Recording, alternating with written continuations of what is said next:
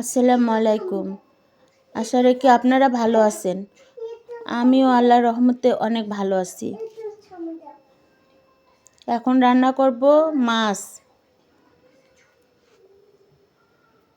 Tomato দিয়ে মাছ রান্না করব। মাছ রান্না করতে গিয়েই তো আমার অনেক সমস্যা।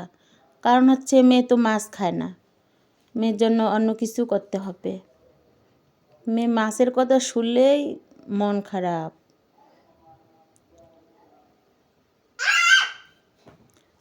রান্নাটা হচ্ছে, এই মাছটা কি মাছ জানি বলে, মাছটার নাম মনে পড়তেছে না, কিন্তু মাছটা ছিল অনেক বড়।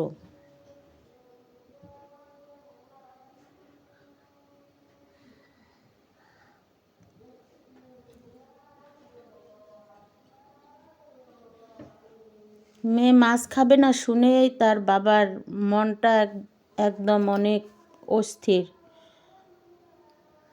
তাই তো খাওয়া দাওয়ার আগেই যে মাংস নিয়ে আসলো।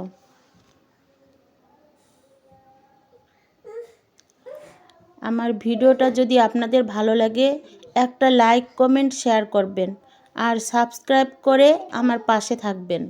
আপনারা ভালো থাকবেন, আমার জন্য দোয়া করবেন আর আমার ভিডিওটা বেশি বেশি শেয়ার করবেন।